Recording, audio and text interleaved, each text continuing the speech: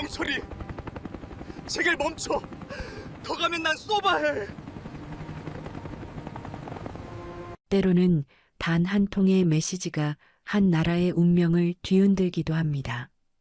2024년 1월의 어느 평범한 오후, 서울 도심 한복판에 자리한 정부청사 건물 지하 3층에는 햇빛이 들지 않는 공간이 있었습니다.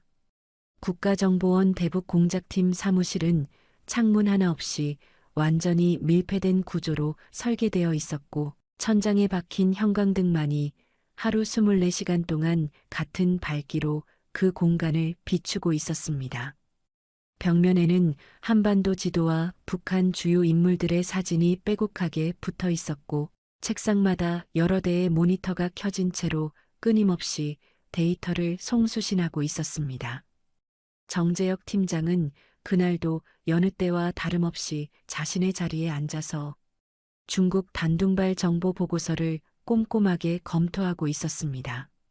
올해로 47이 된 그는 27회를 이 분야에서 보낸 베테랑 요원이었고, 북한의 움직임을 읽는 데 있어서는 조직 내에서도 손꼽히는 전문가로 인정받고 있었습니다. 그에게 하루하루는 대부분 비슷한 패턴의 반복이었고, 특별한 사건이 터지지 않는 한 서류와 모니터 사이에서 조용히 흘러가는 것이 일상이었습니다. 그는 커피 한 모금을 마시며 보고서의 다음 페이지를 넘겼습니다. 바로 그때 그의 컴퓨터 화면 오른쪽 하단에서 작은 알림창 하나가 깜빡이기 시작했습니다. 정재혁은 무심코 시선을 돌렸다가 발신지 코드를 확인하는 순간 손에 들고 있던 커피잔을 내려놓았습니다. 그것은 평양 내부에 심어둔 최상위 협조자로부터 온 암호화 통신이었습니다. 이 협조자는 1년에 두세 번 정도만 연락을 취해오는 인물이었고, 그가 보내는 정보는 언제나 검증된 것들이었습니다. 정재혁은 곧바로 복호화 프로그램을 실행시켰고, 화면에 떠오른 메시지를 읽는 순간 그의 눈이 크게 떠졌습니다. 영변 핵연구소 부소장 리명철이 연구원 5명과 함께 탈북을 계획하고 있다는 내용이었습니다. 정재혁은 의자 등받이에 몸을 기대며 잠시 생각에 잠겼습니다. 리명철이라는 이름은 그에게 낯선 것이 아니었습니다. 그는 북한 핵물리학계의 최고 권위자로서 30년 가까이 영변 핵시설의 핵심 연구를 이끌어온 인물이었고, 북한이 핵무기를 개발하는 과정에서 빠질 수 없는 두뇌 역할을 해온 과학자였습니다. 그런 인물이 탈북을 결심했다는 것은 단순한 개인의 망명이 아니라 체제 전체를 뒤흔들 수 있는 사건이었습니다. 정재혁은 메시지를 다시 한번 읽어본 뒤 자리에서 일어났습니다. 그는 곧장 국장실로 향했습니다. 노크를 하고 들어선 그의 손에는 출력한 메시지가 들려 있었습니다. 국장은 서류에 사인을 하다 말고 고개를 들었고, 정재혁이 내민 종이를 받아들었습니다. 잠시 내용을 훑어본 국장의 표정이 굳어졌습니다. 리명철이라, 핵연구소 부소장 맞나? 그렇습니다, 국장님. 영변 핵시설의 실질적인 기술 총책임자입니다. 국장은 종이를 책상 위에 내려놓고 안경을 벗었습니다. 그는 한동안 말없이 창가를 바라보았습니다. 그러다 무거운 목소리로 입을 열었습니다. 자네 생각은 어떤가? 이게 진짜라고 보나? 정재혁은 잠시 뜸을 들이다가 신중하게 대답했습니다. 아직은 확신할 수 없습니다. 북한의 역정보 공작일 가능성도 배제할 수 없고, 우리 협조자가 이용당했을 수도 있습니다. 하지만 사실이라면 이건 전례 없는 기회입니다. 국장은 고개를 끄덕였지만 그의 표정은 여전히 신중함을 잃지 않고 있었습니다. 그는 정재혁에게 추가 정보를 수집하라고 지시했고, 섣부른 움직임은 자제하라고 당부했습니다. 정재혁은 국장실을 나서며 이번 건이 그리 간단하게 끝나지 않을 것임을 직감했습니다. 사무실로 돌아온 정재혁은 곧바로 정보분석관 박준호를 불렀습니다. 42의 박준호는 정재역과 15년을 함께 일해온 파트너였고 데이터 분석에 있어서는 조직 내에서 가장 뛰어난 능력을 가진 인물이었습니다. 정재역은 그에게 리명철에 대한 모든 자료를 모아달라고 요청했습니다. 박준호는 의아한 표정을 지었지만 곧 자리로 돌아가 작업에 착수했습니다. 며칠 후 박준호가 정재역의 책상 앞에 두꺼운 파일을 가져왔습니다. 리명철의 학력과 경력, 가족관계, 최근 동향까지 모든 것이 정리되어 있었습니다. 정재역은 파일을 한 장 한 장 넘겨보다가 어느 대목에서 손을 멈추었습니다. 리명철의 딸 리수연에 관한 기록이었습니다. 리수연은 26살의 젊은 의사로 평양의대를 졸업한 수재였습니다. 그런데 6달 전 그녀가 반체제 인사와 접촉했다는 혐의로 국가보위성에 체포되었다는 정보가 적혀 있었습니다. 이후 그녀는 정치범수용소로 이송된 것으로 추정되었고 생사조차 확인되지 않는 상태였습니다. 정재역은 파일을 덮으며 한숨을 내쉬었습니다. 이제 리명철이 왜 탈북을 결심했는지 이해할 수 있었습니다. 그는 혼자 중얼거렸습니다. 딸을 구하려는 거군. 체제를 배신하는 게 아니라 아비로서 할 수 있는 마지막 선택을 한 거야. 정재역은 창가로 걸어가 어두워지는 서울 하늘을 바라보았습니다. 핵과학자 한 명을 데려오는 것이 아니라 그의 가족과 동료 연구원 5명까지 동시에 빼내야 하는 작전이었습니다. 성공한다면 북한 핵개발에 치명적인 타격을 줄 수 있었지만 실패한다면 모든 관련자가 목숨을 잃게 될 터였습니다. 그는 손으로 이마를 짚으며 작전의 규모와 위험성을 가늠해 보았습니다. 바로 그 순간 컴퓨터에서 다시 한번 알림이 울렸습니다. 같은 협조자로부터 온 2번째 메시지였습니다. 정재역은 서둘러 자리로 돌아와 내용을 확인했고 화면에 뜬 문장을 보는 순간 그의 안색이 어두워졌습니다.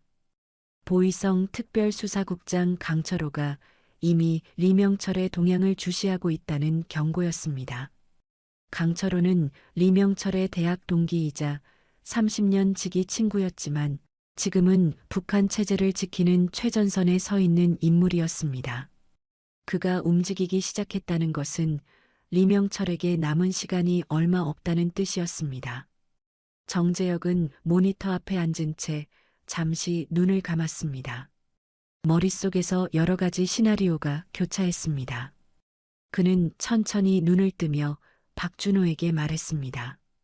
원산 루트를 검토해봐. 중국 국경은 너무 멀어. 동해 쪽으로 빼내는 게 유일한 방법일 거야.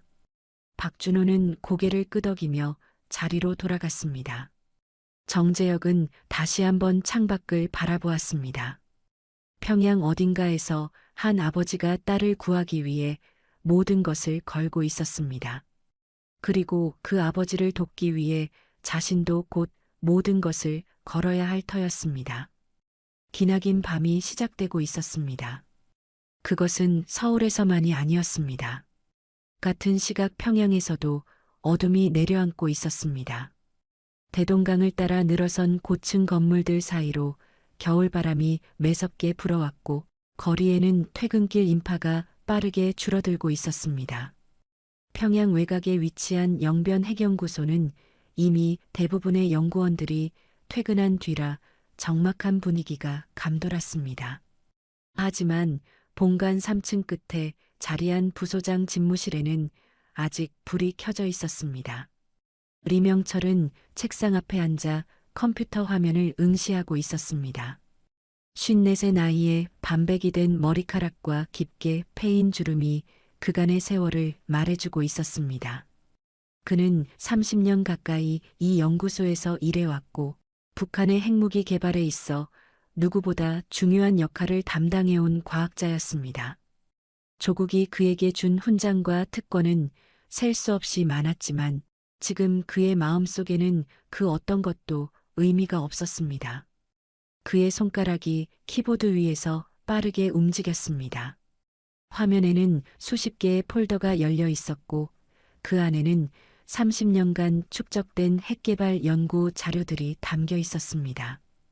우라늄 농축 기술, 원심 분리기 설계도, 핵탄두 소형화 데이터, 그리고 아직 세상에 공개되지 않은 최신 연구 결과들까지. 이 자료들은 그가 자유세계에서 새로운 삶을 보장받을 수 있는 유일한 협상 카드였습니다. 리명철은 손바닥만 한 크기의 소형 저장 장치를 꺼내 컴퓨터에 연결했고 파일들을 하나씩 복사하기 시작했습니다. 그의 눈이 잠시 책상 위 사진액자에 머물렀습니다. 딸 수연이 평양의대를 졸업하던 날 찍은 가족 사진이었습니다. 수연은 하얀 가운을 입고 환하게 웃고 있었고 그 옆에서 아내 오키가 딸의 손을 꼭 잡고 있었습니다. 리명철 자신도 그날만큼은 세상에서 가장 행복한 아버지의 표정을 짓고 있었습니다. 그러나 지금 그 사진 속 딸은 어딘지도 모를 수용소에서 고통받고 있었고 살아있는지조차 확인할 길이 없었습니다. 리명철은 이를 악물었습니다. 6달 전 수연이 체포되었다는 소식을 들었을 때 그는 모든 인맥을 동원해 딸을 구하려 했습니다. 보위부 고위 간부들에게 탄원했고 자신의 공로를 내세워 선처를 호소했습니다. 하지만 돌아온 것은 차가운 거절뿐이었습니다. 오히려 그 자신마저 감시 대상이 되었다는 것을 눈치챘고 그때부터 그는 탈북을 결심하게 되었습니다. 30년간 바친 충성이 딸 하나 지켜주지 못한다면 이 체제에 더 이상 미련을 둘 이유가 없었습니다. 파일 복사가 거의 끝나갈 무렵 복도에서 발소리가 들려왔습니다. 리명철은 재빨리 화면을 전환하고 저장 장치를 서랍 속에 밀어 넣었습니다. 그리고 평소처럼 서류를 검토하는 척 자세를 잡았습니다. 잠시 후 노크 소리와 함께 문이 열렸고 들어선 인물을 보는 순간 리명철의 심장이 멈추는 듯 했습니다. 강철호였습니다. 국가보위성 특별수사국장, 그리고 30년 지기 대학 동기. 그가 직접 이곳까지 찾아왔다는 것은 결코 가벼운 일이 아니었습니다. 강철호는 50의 나이에도 군인처럼 꼿꼿한 자세를 유지하고 있었고 날카로운 눈매는 상대의 속내를 꿰뚫어 보는 듯한 인상을 주었습니다. 그는 문을 닫고 천천히 리명철의 책상 앞으로 다가왔습니다.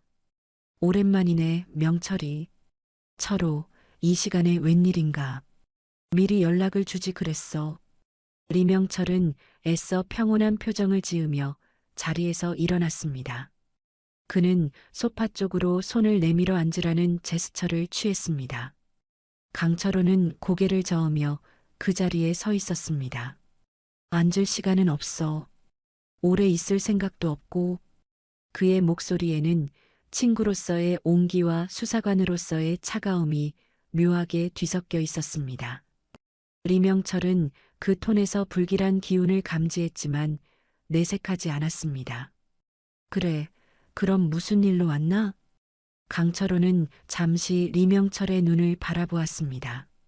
그 시선에는 30년 우정에 대한 복잡한 감정이 담겨 있었습니다. 그는 천천히 입을 열었습니다. 자네 요즘 좀 이상하더군. 연구 자료를 정리하고 가족과 더 많은 시간을 보내고 주변에서도 수군거리는 소리가 들려 리명철은 웃음을 지어 보였습니다. 하지만 그 웃음이 자연스럽지 못하다는 것을 그 자신도 알고 있었습니다. 나이가 드니까 그런 거지. 젊었을 때처럼 연구에만 매달릴 수는 없잖나. 명철이. 강철호가 한 걸음 더 가까이 다가왔습니다. 그의 목소리가 낮아졌습니다. 나는 자네를 30년 동안 봐왔어. 자네가 무슨 생각을 하는지 모를 것 같나? 리명철의 표정이 굳어졌습니다. 그는 아무 말도 하지 않았습니다. 강철호는 계속해서 말했습니다. 수연이 일은 나도 안타깝게 생각해. 하지만 그건 내가 어떻게 할 수 있는 문제가 아니야. 자네도 알잖나. 한번 들어간 사람은 나올 수 없다는 거. 내 딸 이야기는 꺼내지 마라. 리명철의 목소리가 처음으로 떨렸습니다. 그는 주먹을 불끈 쥐었습니다. 강철호는 그런 친구를 안쓰럽다는 듯이 바라보았습니다. 명철이, 나는 오늘 공식적으로 온 게 아니야. 옛 친구로서 온 거야. 자네 행동이 심상치 않다는 보고가 올라오고 있어. 내가 지금 맡고 있지만 이게 언제까지 가능할지 모르겠어. 그는 리명철의 어깨에 손을 얹었습니다. 내가 눈 감아줄 수 있는 건 여기까지야. 이 이상 넘어가면 나도 어떻게 할 수가 없어. 리명철은 친구의 눈을 똑바로 바라보았습니다. 그 눈빛에는 경고와 동시에 간절한 부탁이 담겨 있었습니다. 제발 멈추라는, 그래야 서로가 살 수 있다는 무언의 메시지였습니다. 리명철은 한참을 침묵하다가 천천히 고개를 끄덕였습니다. 알겠네. 충고 고맙네, 철호. 강철호는 손을 거두며 뒤로 물러섰습니다. 그는 문 쪽으로 걸어가다가 문득 걸음을 멈추었습니다. 명철이, 우리 젊었을 때 기억나나? 대학 시절에 밤새 술 마시면서 조국의 미래를 이야기하던 때 말이야. 그때는 모든 게 단순했지. 옳고 그름이 분명했고 우리가 가야 할 길도 명확했어. 그는 뒤를 돌아보았습니다. 근데 지금은 모르겠어. 뭐가 옳은 건지. 그 말을 남기고 강철호는 문을 열고 나갔습니다. 발소리가 복도 끝으로 멀어져 갔습니다. 리명철은 한동안 닫힌 문을 바라보며 서 있었습니다. 그의 가슴 속에서 복잡한 감정들이 소용돌이쳤습니다. 30년 우정, 그리고 그 우정을 배신해야만 하는 현실. 그는 서랍에서 저장 장치를 다시 꺼냈습니다. 파일 복사는 이미 완료되어 있었습니다. 그는 그것을 주머니 깊숙이 넣고 창밖을 바라보았습니다. 평양의 야경이 멀리 보였습니다. 그가 태어나고 자란 도시, 평생을 바친 조국의 수도. 하지만 이제 이곳은 그에게 더 이상 안전한 땅이 아니었습니다. 강철호의 방문은 경고인 동시에 시한부 선고였습니다. 그가 직접 찾아왔다는 것은 상부의 보고가 올라가기 직전이라는 뜻이었습니다. 내일이면 공식적인 조사가 시작될 수도 있었습니다. 리명철은 깊은 숨을 내쉬었습니다. 그리고 결심했습니다. 그는 핸드폰을 꺼내 미리 약속된 연락처로 짧은 메시지를 보냈습니다. 원래 일정보다 이틀 앞당긴다는 내용이었습니다. 이제 돌아갈 길은 없었습니다. 모든 것이 빠르게 움직여야 했습니다. 리명철은 코트를 집어들고 연구실을 나섰습니다. 복도는 텅 비어 있었고 그의 발소리만이 메아리 쳤습니다. 건물을 빠져나오며 그는 마지막으로 뒤를 돌아보았습니다. 30년을 보낸 이 건물을 다시는 보지 못할 것이라는 사실이 비로소 실감났습니다. 차가운 겨울바람이 그의 얼굴을 스쳤습니다. 그는 코트 깃을 세우고 어둠 속으로 걸어갔습니다. 이제 남은 시간은 이틀이었습니다. 그 이틀 안에 리명철은 가장 어려운 일을 해야 했습니다. 그날 밤 리명철은 평소보다 일찍 집에 도착했습니다. 평양 중심부에서 조금 떨어진 간부주택단지에 자리한 그의 집은 2층짜리 단독주택으로 북한 기준으로는 상당히 넓은 편이었습니다. 30년간 조국에 바친 공로에 대한 보상이었지만 지금 그에게 이 집은 더 이상 안식처가 아니었습니다. 그는 현관문을 열고 안으로 들어서며 깊은 숨을 내쉬었습니다. 거실에서는 아내 오키가 저녁상을 차리고 있었습니다. 48배 오키는 평양 제1인민병원에서 20년 넘게 간호사로 일해온 여자였고 성실하고 꼼꼼한 성격으로 병원에서도 신임이 두터운 인물이었습니다. 그녀는 남편이 들어오는 소리를 듣고 고개를 들었습니다. 그리고 그의 얼굴을 보는 순간 무언가 심상치 않음을 직감했습니다. 오늘 일찍 오셨네요. 무슨 일 있어요? 리명철은 코트를 벗어 옷걸이에 걸며 대답했습니다. 밥 먼저 먹자. 할 이야기가 있어. 오키는 남편의 목소리에서 무거운 기운을 느꼈습니다. 그녀는 더 이상 묻지 않고 상을 차렸습니다. 두 사람은 마주 앉아 식사를 했지만 대화는 거의 없었습니다. 리명철은 밥을 몇 숟갈 뜨다 말고 젓가락을 내려놓았습니다. 오키도 따라서 수저를 놓았습니다. 그녀는 남편이 입을 열기를 기다렸습니다. 리명철은 한참을 망설이다가 천천히 말을 꺼냈습니다. 오키, 나는 결심했어. 우리 이 나라를 떠나야 해. 오키의 얼굴이 순간 굳어졌습니다.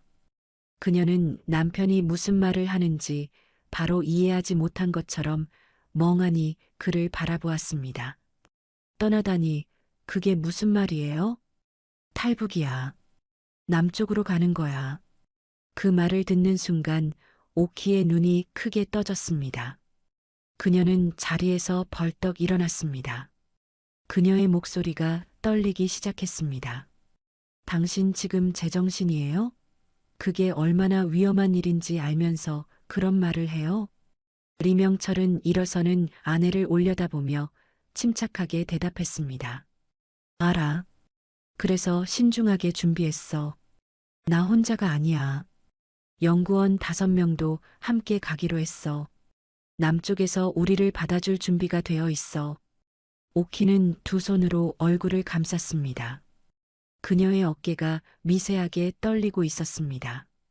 그녀는 손을 내리며 남편을 똑바로 바라보았습니다. 당신은 이 나라가 당신에게 뭘 해줬는지 알잖아요. 훈장도 받았고, 이 집도 받았고, 수연이도 좋은 대학 보내줬잖아요. 그런데 그걸 다 버리고 떠나겠다고요?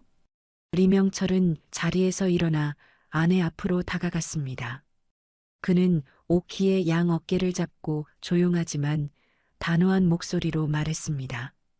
오키, 그 나라가 우리 수연이를 어떻게 했는지 잊었어? 아무 죄도 없는 애를 수용소에 끌고 갔잖아. 내가 30년을 바쳤는데 딸 하나 구해달라는 부탁을 들어주지 않았어. 오키의 눈에서 눈물이 흘러내리기 시작했습니다. 그녀는 남편의 손을 뿌리치며 뒤로 물러섰습니다. 그러면 탈북하면 수연이가 돌아와요? 우리가 떠나면 수연이는 어떻게 돼요? 리명철은 잠시 입을 다물었습니다. 그의 눈에도 눈물이 맺혔습니다. 그는 떨리는 목소리로 대답했습니다. 남쪽에 가면 수연이를 구할 방법을 찾을 수 있어. 국제사회에 호소할 수도 있고 협상 카드로 쓸 수도 있어. 여기 있으면 아무것도 할 수 없어. 나도 곧 끌려갈 거야. 오키는 소파에 주저앉았습니다. 그녀는 두 손을 무릎 위에 모은 채 고개를 떨구었습니다. 한동안 침묵이 흘렀습니다. 거실에는 벽시계 초침 소리만이 규칙적으로 울려 퍼졌습니다. 오키가 먼저 입을 열었습니다. 그녀의 목소리는 낮고 떨렸습니다. 탈북이 실패하면 어떻게 돼요? 우리 둘 다 죽는 거잖아요. 아니, 우리만 죽는 게 아니라 수연이도, 내 동생 가족도, 당신 형님 가족도 다 연좌제로 끌려가요. 리명철은 아내 옆에 앉았습니다. 그는 오키의 손을 잡았습니다. 알아. 그 무게를 모르는 게 아니야. 하지만 오키, 지금 이대로 있으면 우리한테 미래가 있어? 오늘 강철호가 나를 찾아왔어. 마지막 경고를 하더군. 내일 모레면 보이부에서 공식적으로 움직일 거야. 오키가 고개를 들었습니다. 그녀의 눈이 공포로 가득 찼습니다. 강철호가 왔다고요? 그래. 친구로서 마지막으로 봐준 거야. 이제 시간이 없어. 오키는 남편의 얼굴을 한참 동안 바라보았습니다. 30년을 함께 산 남편이었습니다. 그가 쉽게 이런 결정을 내리지 않았을 것이라는 걸 그녀도 알았습니다. 그녀는 눈물을 훔치며 물었습니다. 정말 방법이 없는 거예요? 다른 길은 없어요? 리명철은 천천히 고개를 저었습니다. 없어. 이게 우리가 살 수 있는 유일한 길이야. 그리고 수연이를 구할 수 있는 유일한 희망이야. 오키는 한참을 침묵했습니다. 그녀의 머릿속에는 수많은 생각들이 스쳐 지나갔습니다. 평양에서의 안정된 삶, 병원에서의 동료들, 20년 넘게 정든 이 집, 그리고 실패했을 때 닥칠 참혹한 결과들. 하지만 동시에 딸의 얼굴이 떠올랐습니다. 수용소 어딘가에서 고통받고 있을 수연이. 어쩌면 이미 이 세상에 없을지도 모르는 딸. 오키는 눈을 감았습니다. 그녀의 입술이 파르르 떨렸습니다. 그리고 마침내 그녀가 입을 열었습니다. 알았어요. 당신 뜻대로 할게요. 리명철은 아내를 꼭 끌어안았습니다. 오키는 남편의 품에서 소리 없이 울었습니다. 두 사람은 오랫동안 그렇게 서로를 안고 있었습니다. 말없이 흐르는 눈물 속에는 두려움과 슬픔이 뒤섞여 있었지만 동시에 함께라면 어떤 일이든 감당하겠다는 굳은 결의도 담겨 있었습니다. 한참 후 리명철이 아내의 어깨를 잡고 몸을 떼었습니다. 그는 오키의 눈물을 손으로 닦아주며 말했습니다. 내일 밤에 떠나.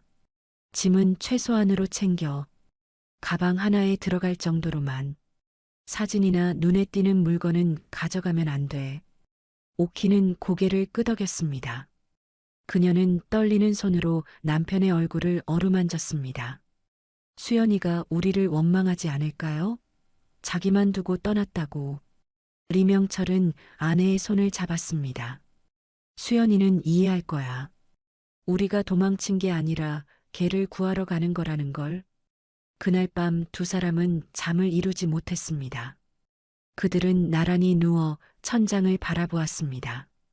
내일이면 이 집을 떠나야 했습니다. 다시는 돌아오지 못할 것이라는 걸 알면서 오키는 남편의 손을 꼭 잡았습니다. 그 손의 온기가 어둠 속에서 유일한 위안이었습니다. 창밖으로 평양의 밤하늘이 보였습니다. 별 하나 없는 캄캄한 하늘이었습니다. 내일이 오기 전에 그들은 마지막 준비를 마쳐야 했습니다. 이제 정말로 돌이킬 수 없는 길을 걷기 시작한 것이었습니다. 그리고 그것은 서울에서도 마찬가지였습니다. 리명철이 아내와 함께 뜬 눈으로 밤을 보내고 있을 그 시각, 서울 국정원 지하 분석실에서는 정재혁 팀장이 작전 계획을 최종 점검하고 있었습니다. 그의 책상 위에는 원산 일대의 위성사진과 해안 지형도가 펼쳐져 있었고, 모니터에는 조수 시간표와 해군 함정 배치도가 떠 있었습니다. 정재혁은 펜을 들고 지도 위에 탈출 경로를 그려가며 혼자 중얼거렸습니다. 원산 남쪽 해안 새벽 5시에서 6시 사이가 최적이야.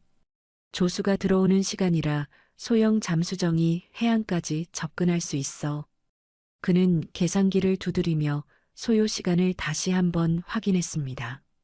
평양에서 원산까지 차로 약 4시간, 거기서 해안 접선 지점까지 도보로 30분. 모든 것이 계획대로 진행된다면 6명 전원을 탈출시킬 수 있었습니다. 하지만 문제는 계획대로 진행되는 일이 거의 없다는 것이었습니다. 바로 그때 분석실 문이 열리고 박준호가 급한 걸음으로 들어왔습니다. 그의 손에는 두꺼운 파일이 들려 있었고 표정이 심상치 않았습니다. 정재혁은 고개를 들어 그를 바라보았습니다. 무슨 일이야? 그렇게 급하게 뛰어오고. 박준호는 파일을 책상 위에 내려놓으며 숨을 골랐습니다. 그는 목소리를 낮추어 말했습니다. 팀장님, 문제가 생겼습니다. 탈북 예정자 명단을 정밀 분석했는데 한 명이 걸립니다. 정재혁의 눈빛이 날카로워졌습니다. 그는 파일을 여러 내용을 훑어보았습니다. 박준호가 설명을 이어갔습니다. 최영수, 43살 영변연구소 선임연구원입니다. 리명철 부소장의 직속 부하로 15년을 함께 일한 인물이에요. 그런데 이 사람 동향이 좀 이상합니다. 정재혁은 파일 속 사진을 들여다보았습니다. 안경을 쓴 마른 체형의 남자가 무표정하게 카메라를 바라보고 있었습니다. 어떻게 이상한데? 3개월 전에 보위부에 한 차례 소환된 기록이 있습니다.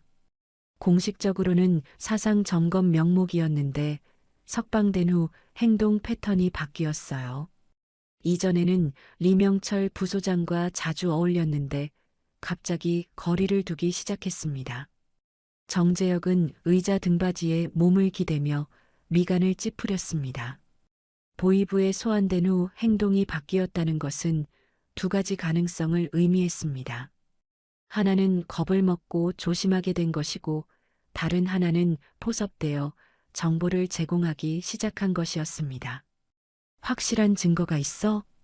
박준호는 고개를 저었습니다. 확실한 건 없습니다. 하지만 정황이 너무 맞아떨어져요.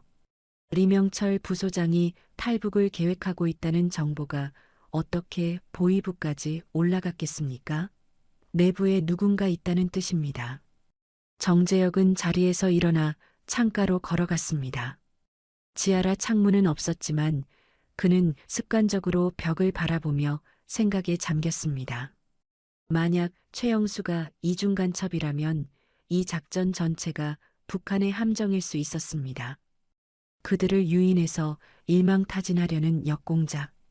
그는 손으로 턱을 감싸며 중얼거렸습니다. 함정일 수도 있다는 거군. 박준호가 조심스럽게 말했습니다.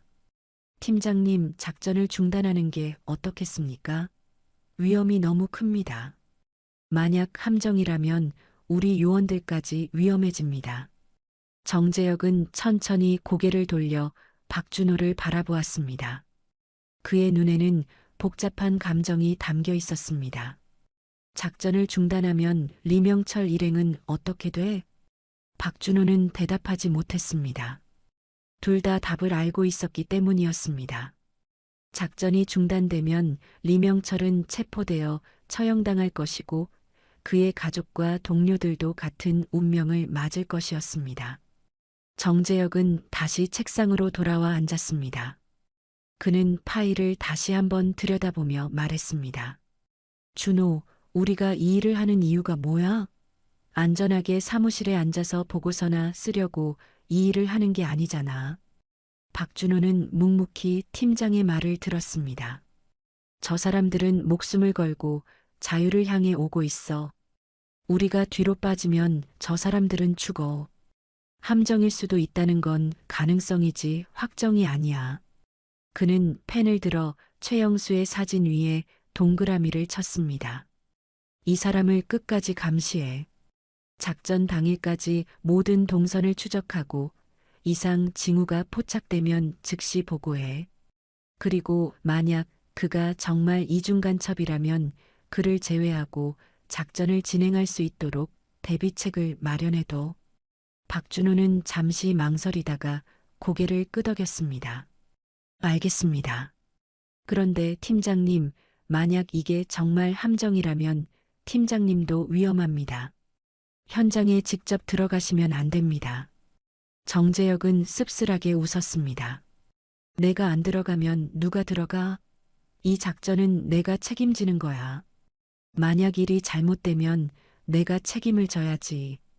그는 서랍에서 또 다른 지도를 꺼내 책상 위에 펼쳤습니다. 원산 해안의 세부 지형이 그려진 지도였습니다. 자, 이제 본론으로 들어가자. 잠수정 대기 위치는 여기 해안에서 500m 지점이야. 접선 시간은 새벽 5시 30분. 리명철 일행이 해안에 도착하면 내가 직접 안내해서 잠수정까지 데려갈 거야. 박준호는 지도를 들여다보며 물었습니다. 비상 탈출 경로는요? 정재혁은 펜으로 지도 위에 선을 그었습니다. 1차 경로가 막히면 북쪽으로 2km 우회해서 여기 갯바위 지역으로 빠져. 조수가 들어와 있으면 거기서도 잠수정이 접근 가능해. 두 사람은 밤새 작전의 세부 사항을 점검했습니다. 통신 암호, 비상 연락망, 의료 지원 체계까지 모든 것을 하나하나 확인했습니다. 동이 트기 시작할 무렵 정재혁은 마지막으로 지도를 접으며 말했습니다. 준호, 이번 작전은 성공하면 역사에 남을 거야. 핵과학자 6명을 한꺼번에 빼낸 적은 없었으니까. 박준호는 무거운 표정으로 대답했습니다. 실패하면 역사에 남을 참사가 되겠죠. 정재혁은 그 말에 대답하지 않았습니다. 대신 그는 창가 벽을 바라보며 조용히 말했습니다. 평양에서 저 사람들이 지금 어떤 심정으로 밤을 보내고 있을까 생각해봐. 내일이면 모든 걸 버리고 떠나야 하는데, 적어도 우리는 저 사람들이 도착했을 때 손을 내밀어 줄 준비가 되어 있어야 해. 박준호는 더 이상 반론을 제기하지 않았습니다. 그는 파일을 들고 일어서며 말했습니다. 최영수 감시는 제가 직접 챙기겠습니다.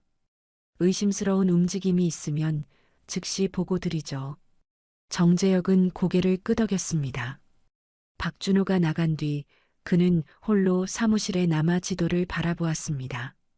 함정일 수도 있다는 불안이 머릿속에서 떠나지 않았지만 그는 이미 결정을 내린 상태였습니다. 위험을 감수하더라도 가야 했습니다. 그것이 이 일을 하는 사람의 책임이었습니다. 그는 책상 서랍에서 오래된 사진 한 장을 꺼냈습니다.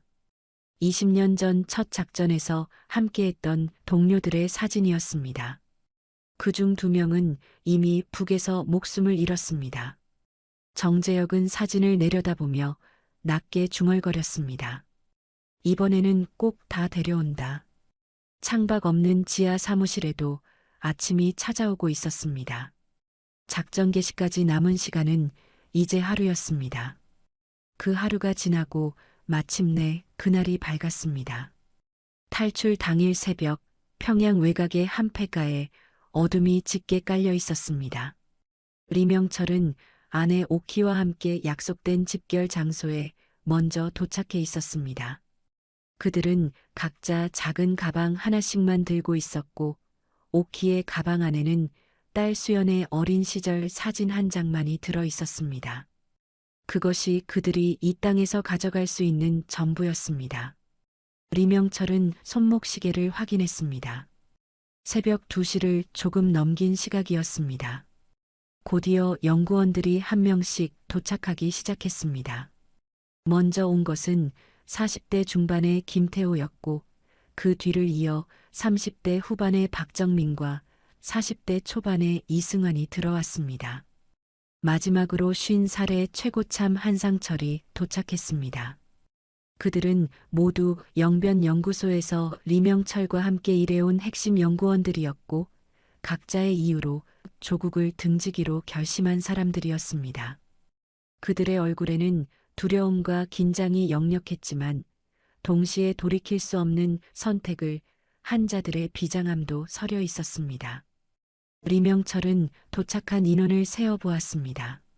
자신과 아내를 포함해 6명이어야 했지만 5명밖에 없었습니다. 최영수가 오지 않았습니다. 그는 시계를 다시 확인했습니다. 약속 시간이 15분이나 지나 있었습니다. 리명철의 이마에 식은땀이 맺히기 시작했습니다.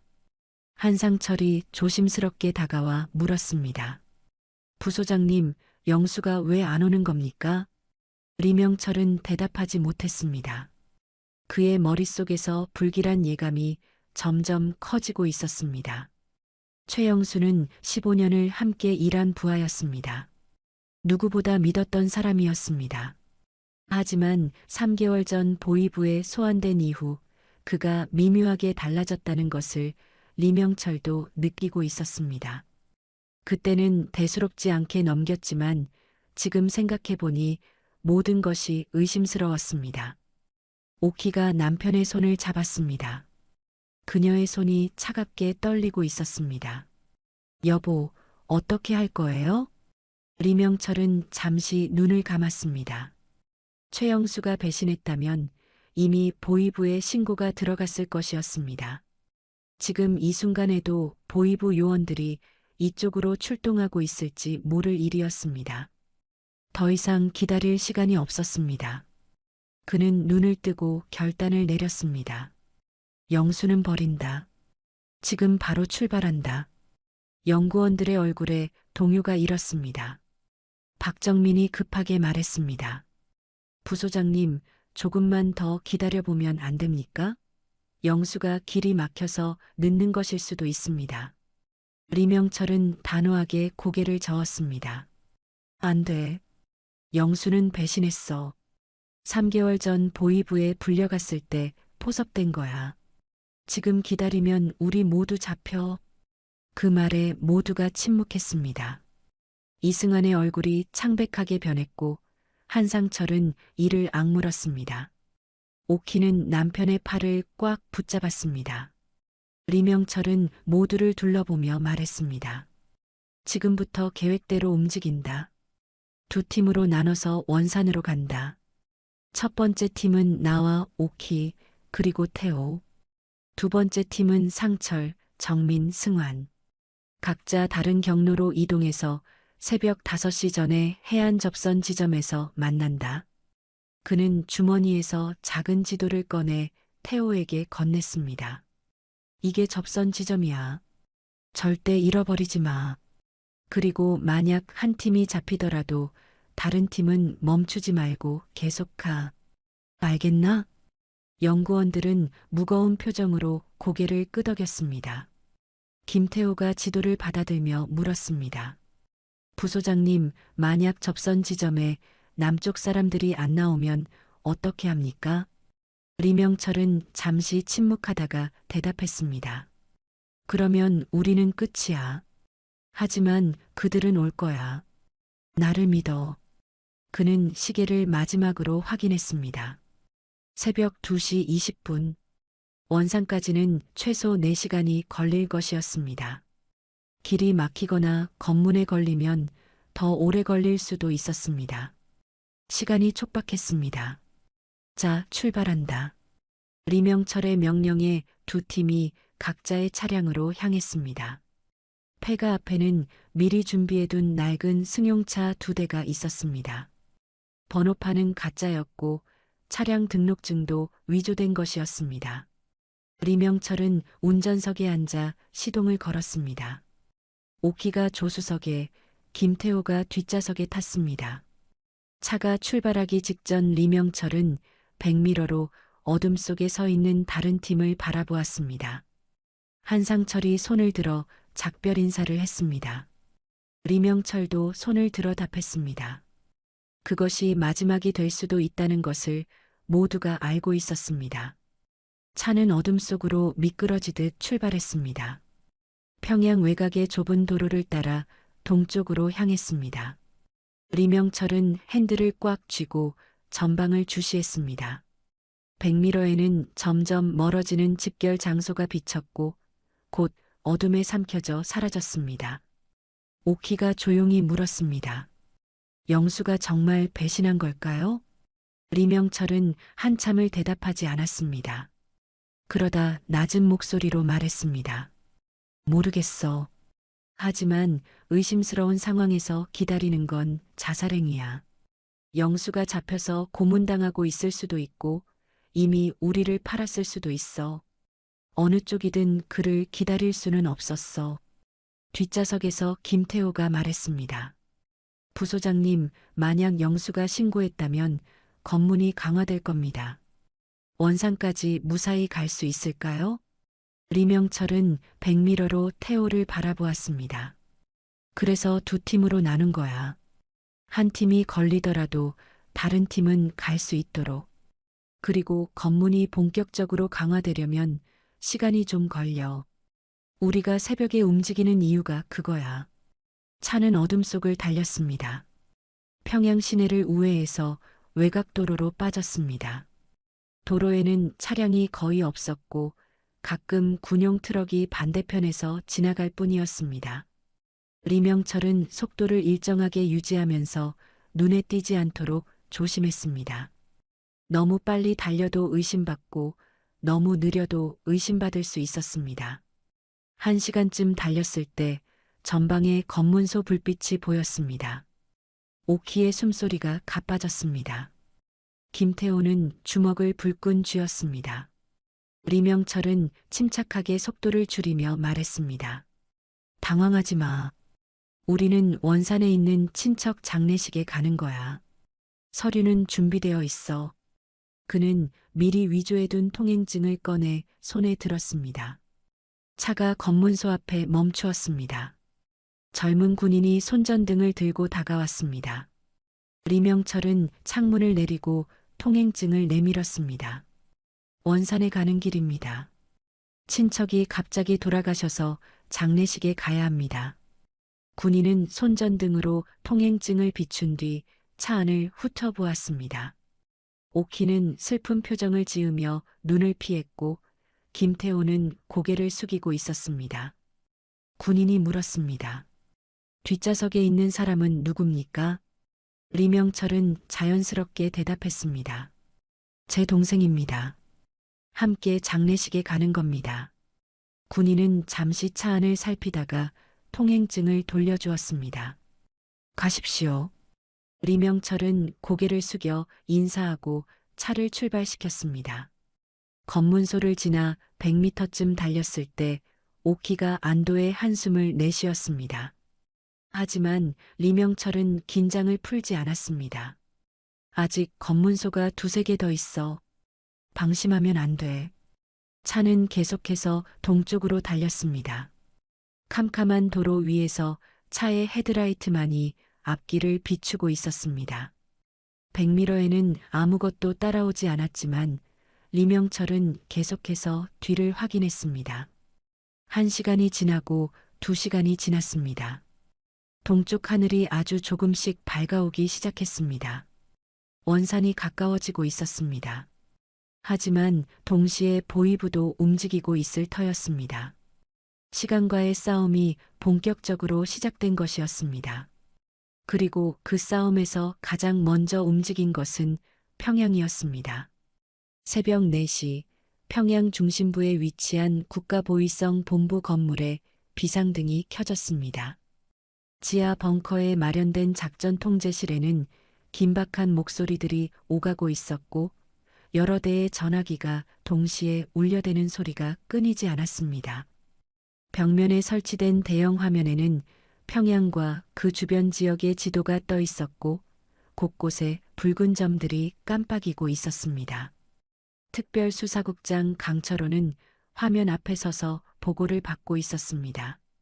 젊은 중위가 급히 달려와 경례를 하며 보고했습니다. 국장 동지, 영변연구소에서 긴급 연락이 왔습니다. 부소장 리명철과 선임연구원 4명이 오늘 출근하지 않았습니다. 자택에도 없고 연락도 두절된 상태입니다. 강철호의 눈이 가늘어졌습니다. 그의 턱 근육이 굳어지는 것이 보였습니다. 그는 낮은 목소리로 물었습니다. 리명철의 가족은? 아내 김옥희도 함께 사라졌습니다.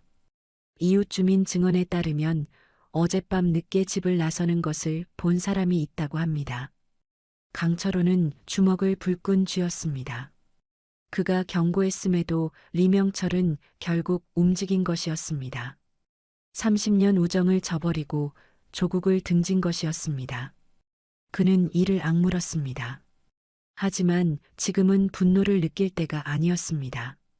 그들이 아직 국경을 넘지 않았다면 잡을 수 있었습니다. 최영수는 어디 있나? 중위가 대답했습니다. 최영수 연구원은 오늘 새벽에 저희에게 연락을 해왔습니다. 리명철이 오늘 새벽에 탈북을 감행한다는 정보를 제공했습니다.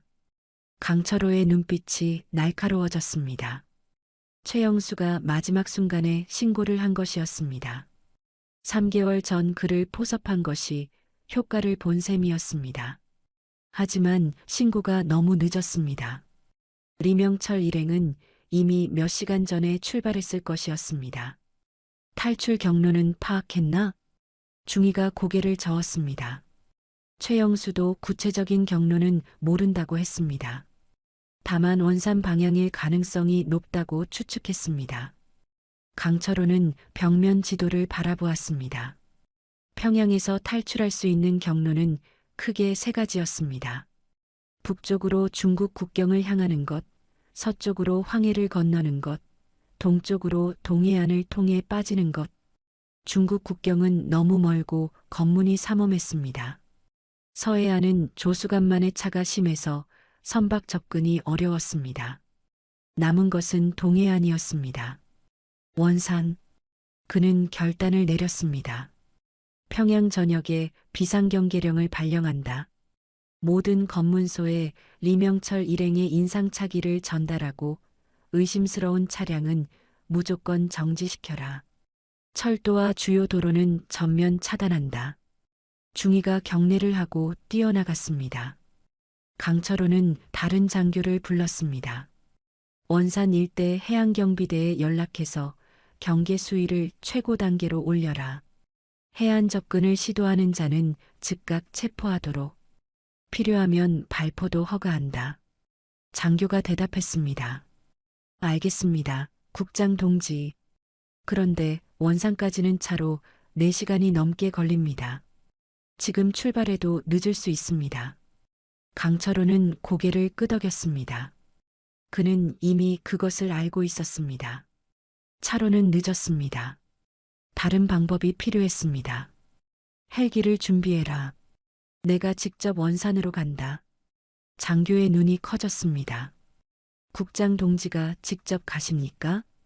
강철호는 차가운 눈으로 장교를 바라보았습니다. 리명철은 내가 잡아야 해. 다른 사람에게 맡길 일이 아니야. 그는 코트를 집어들고 작전 통제실을 나섰습니다. 복도를 빠른 걸음으로 걸으며 그는 생각에 잠겼습니다. 리명철과의 30년 우정이 머릿속을 스쳐 지나갔습니다. 대학 시절 함께 밤을 새며 토론하던 때, 서로의 결혼식에서 축사를 하던 때, 명절마다 가족끼리 모여 식사를 하던 때. 하지만 그 모든 것은 이제 끝났습니다. 리명철은 적이 되었고 강철호는 그를 잡아야 하는 위치에 있었습니다. 건물 옥상에 헬기가 대기하고 있었습니다. 강철호는 헬기에 올라타며 조종사에게 명령했습니다. 원산 해안으로 가라. 최대 속도로. 헬기의 로터가 돌아가기 시작했고 굉음과 함께 기체가 하늘로 떠올랐습니다. 강철호는 창밖으로 아래를 내려다보았습니다. 평양의 불빛이 점점 작아지며 멀어져 갔습니다. 동쪽 하늘에는 여명이 밝아오고 있었습니다. 해가 뜨기 전에 원산에 도착해야 했습니다. 그는 무전기를 들어 원산 해양경비대에 직접 연락했습니다. 여기는 국가보위성 특별수사국장 강철호다. 지금부터 원산 전역 해안에 최고 단계 경계령을 발령한다. 해안에 접근하는 모든 인원을 검문하고 신원이 확인되지 않는 자는 즉각 구금하라. 특히 새벽 5시에서 6시 사이에 소형 선박이나 잠수정이 접근할 가능성이 있으니 해상 감시를 강화하라. 무전기에서 응답이 돌아왔습니다. 알겠습니다, 국장 동지. 즉시 시행하겠습니다. 강철호는 무전기를 내려놓고 창밖을 바라보았습니다. 헬기는 산맥을 넘어 동해안을 향해 날아가고 있었습니다. 그의 머릿속에는 여러 가지 생각이 교차했습니다. 리명철이 왜 이런 선택을 했는지 그도 이해하지 못하는 것은 아니었습니다. 딸이 수용소에 끌려갔으니 아버지로서 극단적인 선택을 할 수밖에 없었을 것이었습니다. 하지만 이해한다고 해서 용납할 수는 없었습니다. 체제를 배신한 자는 반드시 대가를 치러야 했습니다. 그러나 마음 한구석에서는 다른 생각도 올라왔습니다. 만약 자신의 딸이 같은 상황에 처했다면 어떻게 했을까? 과연 조국에 대한 충성을 지킬 수 있었을까? 강철호는 그 생각을 애써 떨쳐냈습니다. 지금은 그런 감상에 젖을 때가 아니었습니다. 헬기 안에서 부하가 보고했습니다. 국장 동지, 현재 원산 방향 주요 도로에서 검문을 강화하고 있습니다. 아직까지 리명철 일행으로 추정되는 차량은 발견되지 않았습니다. 강철호는 미간을 찌푸렸습니다. 그들이 새벽 2시쯤 출발했다면 지금쯤 원산 근처에 도착했을 거다. 검문소를 피해서 우회도로로 갔을 가능성이 높아. 그는 지도를 펼쳐보며 원산 해안의 지형을 살폈습니다. 해안선이 복잡하게 굴곡져 있었고 작은 망과 갯바위가 곳곳에 있었습니다. 소형 잠수정이 접근하기에 적합한 지점이 여러 군데 있었습니다. 모든 곳을 다 막기는 어려웠습니다. 해양경비대 병력을 주요 지점에 집중 배치하라. 특히 여기, 그리고 여기. 그는 지도 위의 세 지점을 손가락으로 가리켰습니다. 부하가 고개를 끄덕이며 무전으로 명령을 전달했습니다. 헬기는 계속해서 동쪽으로 날아갔습니다. 창밖으로 산맥이 지나가고 저 멀리 동해의 수평선이 보이기 시작했습니다. 하늘은 점점 밝아지고 있었습니다. 새벽 5시가 가까워지고 있었습니다. 강철호는 권총집을 확인했습니다. 그 안에는 그가 20년간 사용해온 권총이 들어 있었습니다. 그는 낮게 중얼거렸습니다. 명철이, 내가 선을 넘었어. 이제 내가 널 막아야 해. 헬기가 원산 상공에 진입했습니다. 아래로 해안선이 보였고 군데군데 경비 초소의 불빛이 반짝이고 있었습니다. 강철호의 눈이 해안을 훑었습니다. 어딘가에서 리명철이 남쪽에서 온 배를 기다리고 있을 터였습니다. 그를 찾아야 했습니다. 해가 완전히 뜨기 전에 하늘에서의 추격전이 시작되었습니다. 그리고 땅 위에서도 마지막 질주가 계속되고 있었습니다. 리명철의 차가 원산 외곽에 도착한 것은 새벽 5시를 조금 넘긴 시각이었습니다. 그는 도로 옆 숲속에 차를 숨기고 아내 오키와 김태호를 데리고 해안을 향해 걸었습니다. 숲 사이로 난 좁은 길은 어둠에 잠겨 있었고 발밑에서 마른 낙엽이 바스락거리는 소리만이 정막을 깨뜨렸습니다. 리명철은 손전등을 켜지 않았습니다. 작은 불빛 하나가 그들의 위치를 노출시킬 수 있었기 때문이었습니다. 15분쯤 걸었을 때 숲이 끝나고 해안이 보이기 시작했습니다. 리명철은 나무 뒤에 몸을 숨기고 앞을 살폈습니다. 그리고 그의 얼굴이 굳어졌습니다. 해안 곳곳에 경비병들이 배치되어 있었습니다. 손전등을 든 군인들이 해안선을 따라 순찰하고 있었고 멀리서는 군용 차량의 헤드라이트가 도로를 비추고 있었습니다. 평소보다 경계가 훨씬 강화되어 있다는 것이 한눈에 보였습니다. 오키가 남편의 팔을 잡으며 떨리는 목소리로 물었습니다. 여보, 저렇게 많은데 어떻게 해요? 리명철은 대답하지 않았습니다. 그의 머릿속이 빠르게 돌아가고 있었습니다. 최영수가 신고한 것이 분명했습니다. 그래서 경계가 이렇게 강화된 것이었습니다. 하지만 아직 늦지 않았습니다. 접선 지점은 여기서 500m 정도 떨어진 갯바위 지역이었습니다. 그곳은 지형이 험해서 경비병들이 접근하기 어려운 곳이었습니다. 그때 뒤에서 발소리가 들렸습니다. 리명철이 재빨리 돌아보자 어둠 속에서 세 개의 인형이 다가오고 있었습니다. 그는 긴장했다가 곧 안도의 한숨을 내쉬었습니다. 한상철, 박정민, 이승환이었습니다.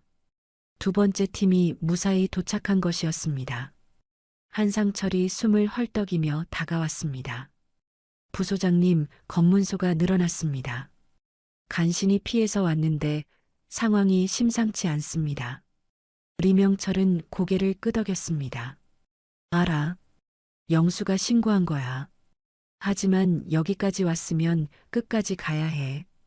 그는 해안을 다시 한번 살폈습니다. 경비병들의 순찰 패턴을 파악해야 했습니다. 잠시 관찰한 결과 순찰병들이 특정 구역을 돌고 나면 약 5분 정도 빈틈이 생긴다는 것을 알아냈습니다. 그 틈을 이용해서 접선 지점까지 이동해야 했습니다. 자, 들어라. 저기 보이는 갯바위까지 뛰어야 해. 순찰병들이 저쪽으로 갔을 때 움직인다. 중간에 멈추면 안 돼. 무조건 갯바위까지 달려. 모두가 고개를 끄덕였습니다. 그들의 얼굴에는 두려움이 역력했지만 여기까지 온 이상 물러설 수 없다는 것을 알고 있었습니다. 리명철은 손목시계를 보았습니다. 5시 20분이었습니다. 접선 시간까지 10분 남았습니다. 그때 먼 하늘에서 굉음이 들려왔습니다. 모두가 고개를 들어 올려다보았습니다. 헬기 한 대가 해안 쪽으로 날아오고 있었습니다. 강철호가 온 것이었습니다. 리명철의 표정이 굳어졌습니다. 시간이 없어. 지금 간다. 그의 명령에 일행이 나무 뒤에서 뛰쳐나왔습니다. 그들은 어둠 속을 전력으로 달렸습니다. 발밑에 모래가 파이며 속도를 늦추었지만 멈출 수 없었습니다. 오키가 발이 꼬여 비틀거렸을 때 김태호가 그녀의 팔을 잡아 일으켰습니다. 심장이 터질 것 같았지만 아무도 멈추지 않았습니다. 갯바위까지 100m쯤 남았을 때 뒤에서 고함 소리가 들렸습니다. 거기 서라. 순찰병이 그들을 발견한 것이었습니다. 손전등 불빛이 그들의 등을 비추었습니다. 리명철은 뒤를 돌아보지 않고 소리쳤습니다. 멈추지 마. 계속 달려. 그때 총성이 울렸습니다. 경고 사격이었습니다. 총알이 그들의 머리 위를 스쳐 지나갔습니다. 오키가 비명을 질렀고 이승환이 겁에 질려 발을 헛디뎠습니다. 하지만 리명철의 호령에 모두가 다시 달리기 시작했습니다. 갯바위에 도착했을 때 리명철은 일행을 큰 바위 뒤에 숨겼습니다. 그들은 모두 거친 숨을 몰아쉬고 있었습니다. 리명철은 바위 너머로 고개를 내밀어 바다를 바라보았습니다. 어둠 속에서 아무것도 보이지 않았습니다. 잠수정은 아직 오지 않은 것인가? 아니면 이미 위험을 감지하고 후퇴한 것인가? 오키가 남편의 팔을 붙잡았습니다. 여보, 남쪽 사람들이 안 오면 어떡해요?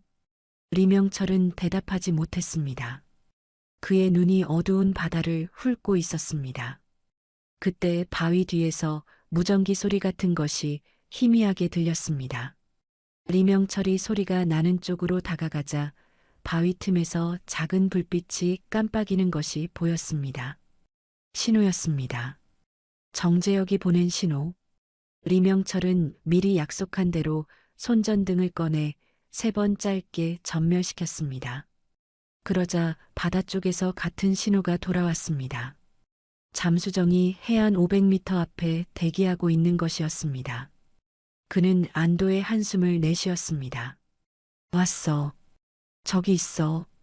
일행의 얼굴에 희망이 떠올랐습니다. 하지만 문제는 여기서 바다까지 가는 것이었습니다. 경비병들이 접근하고 있었고 헬기는 해안 상공을 선회하며 탐조등을 비추고 있었습니다. 정면으로 뚫고 가는 것은 불가능했습니다. 리명철은 잠시 생각하다가 결단을 내렸습니다. 그는 오키를 바라보며 말했습니다. 오키, 내 말 잘 들어. 내가 경비병들을 유인할 테니까 너희는 그 틈에 바다로 가. 오키의 눈이 커졌습니다. 무슨 소리예요? 당신은요? 나는 나중에 갈게. 걱정하지 마. 오키가 남편의 팔을 붙잡았습니다. 그녀의 눈에서 눈물이 흘러내렸습니다. 안 돼요. 같이 가요. 당신 없이는 안 가요. 리명철은 아내의 손을 꼭 잡았습니다. 그의 눈에도 눈물이 맺혔지만 목소리는 단호했습니다. 오키, 여기서 다 같이 잡히면 끝이야. 내가 시간을 벌 테니까 너희라도 가. 수연이를 위해서라도 살아남아야 해. 한상철이 나섰습니다. 부소장님, 제가 대신 가겠습니다. 부소장님은 가족과 함께 가셔야 합니다. 리명철은 고개를 저었습니다. 안 돼. 남쪽에서는 나를 원하는 거야. 나한테 있는 정보가 필요한 거지. 내가 없으면 너희를 보호해주지 않을 수도 있어. 내가 반드시 가야 해. 그는 주머니에서 저장 장치를 꺼내 오키에게 건넸습니다. 이거 가지고 있어. 만약 내가 못 가면 이걸 남쪽 사람들에게 줘. 이게 있으면 너희를 보호해 줄 거야. 오키는 떨리는 손으로 저장 장치를 받았습니다. 그녀는 남편을 끌어안았습니다. 제발 꼭 와요. 당신 없이는 의미 없어요. 리명철은 아내를 잠시 안아주었다가 몸을 떼었습니다. 그는 김태호를 바라보며 말했습니다. 태호, 오키를 부탁해. 무슨 일이 있어도 바다까지 데려가. 김태호는 무거운 표정으로 고개를 끄덕였습니다. 리명철은 일행을 한번 둘러본 뒤 바위에서 뛰쳐나갔습니다. 그는 해안을 따라 반대 방향으로 달리며 큰 소리로 외쳤습니다. 여기다. 나 여기 있다. 경비병들의 시선이 일제히 그에게 쏠렸습니다. 손전등 불빛이 그를 향해 몰려왔고 고함 소리와 함께 발소리가 뒤를 쫓았습니다. 리명철은 전력을 다해 달렸습니다. 뒤에서 총성이 다시 울렸습니다. 이번에는 경고 사격이 아니었습니다. 총알이 그의 옆을 스치며 바위에 부딪혀 불꽃을 튀겼습니다. 그리고 다음 순간 날카로운 통증이 그의 옆구리를 관통했습니다. 총에 맞은 것이었습니다. 리명철은 비틀거리다가 바위 뒤로 쓰러졌습니다. 그의 손이 옆구리를 감싸쥐었고 손가락 사이로 뜨거운 피가 흘러내렸습니다. 어둠 속에서 경비병들의 발소리가 점점 가까워지고 있었습니다. 그러나 바다 위에서는 다른 움직임이 시작되고 있었습니다. 정재혁은 소형 잠수정 안에서 해안의 상황을 주시하고 있었습니다. 그는 야간 투시경으로 해변을 살피다가 리명철이 총에 맞아 쓰러지는 것을 목격했습니다. 그의 표정이 굳어졌습니다. 동시에 다른 쪽에서 5명의 인원이 바다를 향해 달려오는 것이 보였습니다. 오키와 연구원들이었습니다. 그들은 리명철이 만들어준 시간을 이용해 해안까지 도달한 것이었습니다. 정재혁은 잠수정 조종사에게 명령했습니다. 해안으로 최대한 접근해. 저 사람들을 태워야 해. 잠수정이 천천히 해안으로 다가갔습니다. 수심이 얕아지면서 속도를 줄여야 했지만 정재혁은 위험을 감수하고 최대한 가까이 접근하도록 지시했습니다. 잠수정이 해안에서 50m 거리에 멈추었을 때 정재혁은 해치를 열고 밖으로 나왔습니다. 그는 물속으로 뛰어들어 헤엄쳐 해안으로 향했습니다. 오키와 연구원들이 물가에 도착했을 때 정재혁이 그들 앞에 나타났습니다. 그는 숨을 헐떡이며 말했습니다. 국정원입니다. 빨리 저를 따라오세요. 오키가 다급하게 물었습니다. 남편이요. 남편이 저쪽에 있어요. 총에 맞았어요. 정재혁의 눈이 그녀가 가리킨 방향을 향했습니다. 100m쯤 떨어진 바위 뒤에서 경비병들이 수색을 하고 있는 것이 보였습니다. 리명철은 그 어딘가에 부상당한 채 숨어 있을 터였습니다. 정재혁은 빠르게 상황을 계산했습니다. 지금 잠수정을 출발시키면 오키와 연구원 4명은 구할 수 있었습니다. 하지만 리명철은 버려야 했습니다. 그는 잠시 망설였습니다. 임무의 원칙으로 따지면 5명을 구하는 것이 1명을 구하려다 전원을 잃는 것보다 나은 선택이었습니다. 하지만 리명철은 이 작전의 핵심이었습니다. 그가 가진 정보가 없으면 이 모든 것이 의미를 잃었습니다. 그리고 무엇보다 정재혁은 사람을 버리고 떠나는 것을 할 수 없는 사람이었습니다. 그는 결단을 내렸습니다. 김태호 씨, 이 사람들을 잠수정까지 데려가세요. 조종사에게 5분만 기다리라고 하세요. 5분 안에 제가 리명철 부소장님을 데리고 오겠습니다. 김태호가 눈을 크게 떴습니다. 저쪽은 경비병들이 가득해요. 어떻게 들어가시려고요? 정재혁은 대답 대신 권총을 확인했습니다. 그는 오키를 바라보며 말했습니다. 부인, 먼저 가 계세요. 남편분은 제가 반드시 데려오겠습니다. 오키는 떨리는 입술로 대답했습니다. 제발 부탁드려요. 그이 없이는 의미가 없어요. 정재혁은 고개를 끄덕이고 어둠 속으로 뛰어들었습니다. 그는 바위와 바위 사이를 이동하며 경비병들의 시선을 피해 리명철이 쓰러진 방향으로 접근했습니다. 심장이 요동쳤지만 손은 떨리지 않았습니다. 27년간 수많은 작전을 수행하면서 단련된 침착함이 그를 지탱하고 있었습니다. 리명철은 큰 바위 뒤에 웅크리고 있었습니다. 그의 옆구리에서 피가 흘러 바위 표면을 적시고 있었습니다. 정재혁이 그에게 다가가자 리명철이 고개를 들었습니다. 그의 얼굴은 고통으로 일그러져 있었지만 눈빛은 아직 살아 있었습니다. 당신이 남쪽에서 온 사람이요? 정재혁은 고개를 끄덕이며 리명철의 상처를 살폈습니다. 네, 국정원 정재혁입니다. 일어설 수 있겠습니까? 리명철은 이를 악물며 대답했습니다. 아직은 버틸 수 있소. 가족은 무사하오. 잠수정에 타고 있습니다. 이제 부소장님만 모시면 됩니다. 정재혁은 리명철을 부축해 일으켰습니다. 리명철이 신음을 흘렸지만 쓰러지지 않으려고 버텼습니다. 두 사람은 바위를 등지고 해안 쪽으로 이동하기 시작했습니다. 리명철의 발걸음이 불안정했지만 정재혁이 그의 체중을 받쳐주며 앞으로 나아갔습니다. 그때 하늘에서 헬기가 하강하는 소리가 들렸습니다. 탐조등이 해안을 훑었고 불빛이 점점 가까워졌습니다. 정재혁은 리명철을 끌고 더 빠르게 움직였습니다. 잠수정까지 50m, 조금만 더 가면 되었습니다. 헬기가 해안에 착륙했습니다. 먼지가 사방으로 흩날렸고 문이 열리며 한 남자가 내렸습니다. 강철호였습니다. 그는 권총을 빼들고 해안을 살피다가 바위 사이를 이동하는 두 사람의 그림자를 포착했습니다. 그는 그 방향으로 달려갔습니다. 정재혁과 리명철이 물가에 거의 도착했을 때 뒤에서 날카로운 외침이 들렸습니다. 멈춰라. 두 사람이 뒤를 돌아보았습니다. 강철호가 20m 떨어진 곳에 서서 권총을 겨누고 있었습니다. 그의 눈이 리명철을 똑바로 바라보고 있었습니다. 30년 동기의 눈.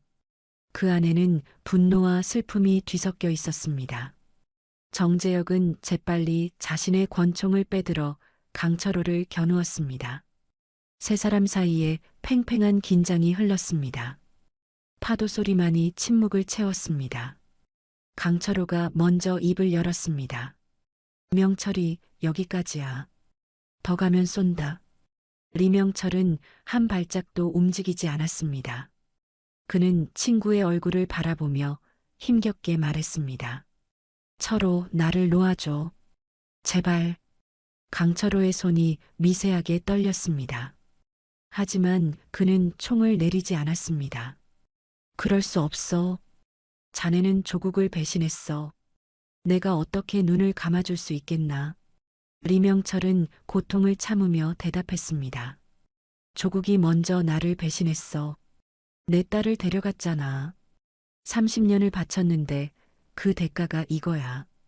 강철호의 얼굴이 일그러졌습니다. 그의 눈에도 눈물이 맺히는 것이 보였습니다.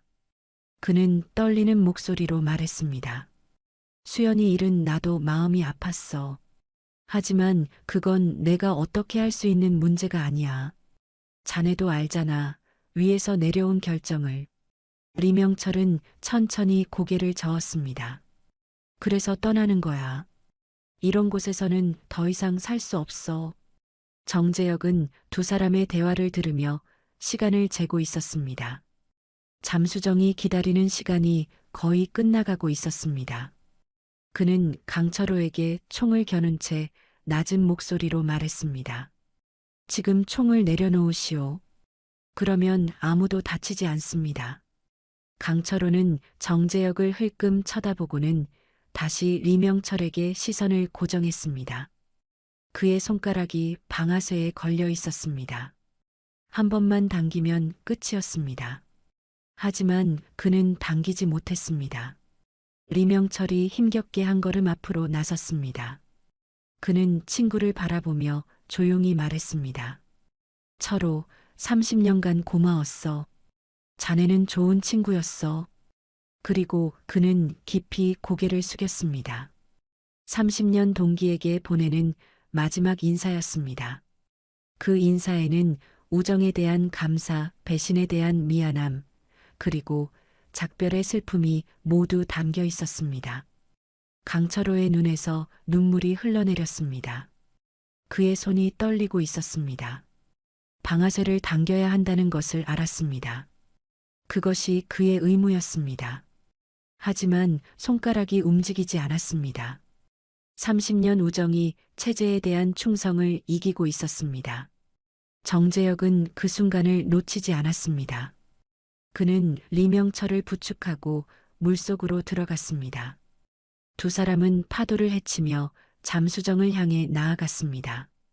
강철호는 총을 겨눈 채 서 있었지만 쏘지 않았습니다. 그는 친구가 어둠 속으로 사라지는 것을 지켜보기만 했습니다. 잠수정 해치가 열리고 정재혁이 리명철을 안으로 밀어 넣었습니다. 그도 뒤따라 올라타며 소리쳤습니다. 출발해. 잠수정이 수면 아래로 잠기기 시작했습니다. 해안에서 강철호가 권총을 내린 채 무너지듯 무릎을 꿇는 것이 마지막으로 보였습니다. 그리고 잠수정은 어둠 속으로 완전히 사라졌습니다. 하지만 그 안에서는 또 다른 싸움이 시작되고 있었습니다. 잠수정 내부는 좁고 어두웠습니다. 7명의 사람이 빼곡히 들어찬 공간에는 거친 숨소리와 엔진의 진동만이 가득했습니다. 오키는 바닥에 누운 남편의 손을 꼭 잡고 있었습니다. 리명철의 얼굴은 창백하게 질려 있었고 그의 옆구리에서는 계속해서 피가 흘러나오고 있었습니다. 정재혁은 응급처치 키트를 꺼내 상처 부위를 압박했지만 출혈이 쉽게 멈추지 않았습니다. 부소장님, 정신 차리세요. 조금만 버티시면 됩니다. 리명철은 희미하게 눈을 떴습니다. 그의 시선이 천장을 향했다가 옆에 있는 아내의 얼굴을 찾았습니다. 오키, 다들 무사하오? 오키는 눈물을 흘리며 고개를 끄덕였습니다. 네, 다 괜찮아요. 당신만 버티면 돼요. 제발 눈 감지 마요. 리명철은 힘겹게 미소를 지었습니다. 그러나 그 미소는 곧 일그러졌고 그의 눈이 천천히 감겼습니다. 오키가 남편의 이름을 불렀지만 대답이 없었습니다. 정재혁이 맥박을 확인했습니다. 아직 뛰고 있었지만 점점 약해지고 있었습니다. 의식을 잃었습니다. 빨리 의료 지원을 받아야 합니다. 그는 무전기를 들어대기 중인 해군 함정에 연락했습니다. 여기는 알파팀. 탈북자 6명 확보 완료. 1명이 총상을 입고 위중합니다. 긴급 의료 지원 요청합니다. 무전기에서 응답이 돌아왔습니다. 알파팀 확인했습니다. 현재 위치에서 남쪽으로 20해리 지점에서 대기 중입니다. 최대 속력으로 접근하십시오. 의료팀 준비 완료. 잠수정은 전속력으로 남쪽을 향해 달렸습니다. 좁은 공간 안에서 시간은 끝없이 느리게 흘러갔습니다. 오키는 남편의 손을 놓지 않았습니다.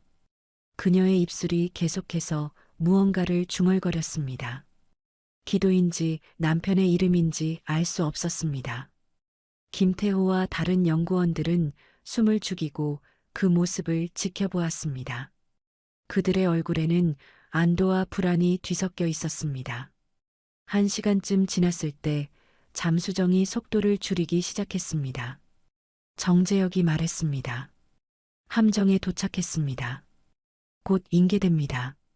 잠수정이 수면 위로 떠올랐고 해치가 열렸습니다. 눈부신 햇살이 쏟아져 들어왔습니다. 그것은 자유의 빛이었습니다. 그러나 지금 그 빛을 느낄 여유가 있는 사람은 아무도 없었습니다.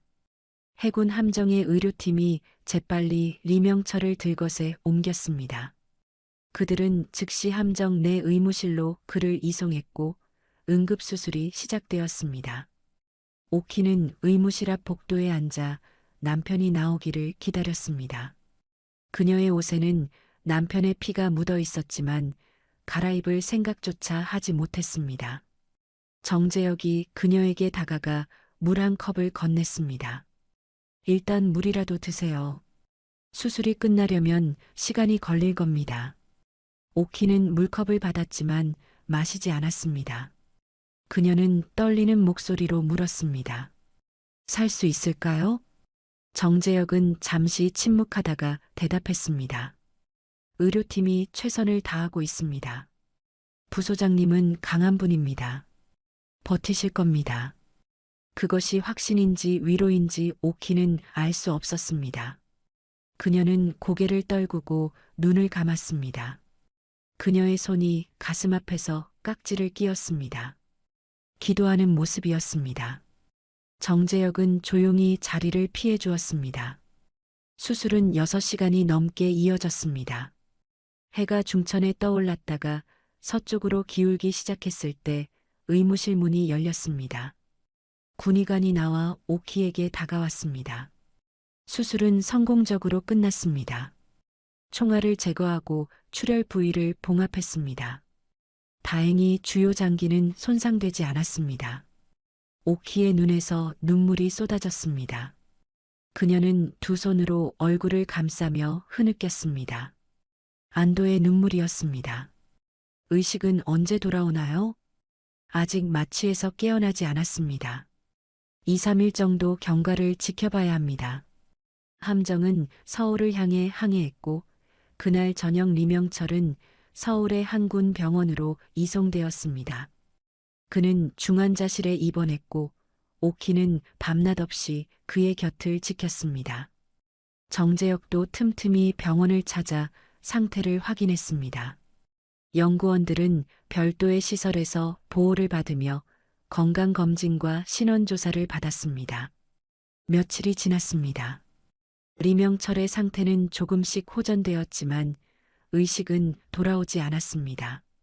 오키는 남편의 손을 잡고 끊임없이 말을 걸었습니다. 그녀는 수연이 어렸을 때 이야기, 둘이 처음 만났을 때 이야기, 함께 꾸었던 미래의 이야기를 들려주었습니다.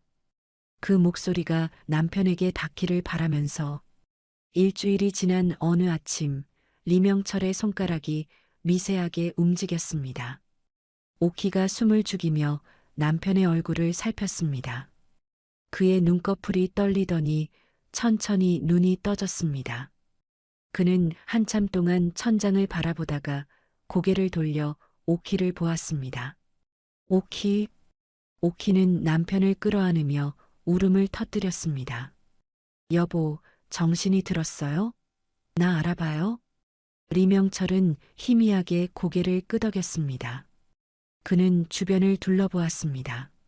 낯선 병실, 낯선 장비들.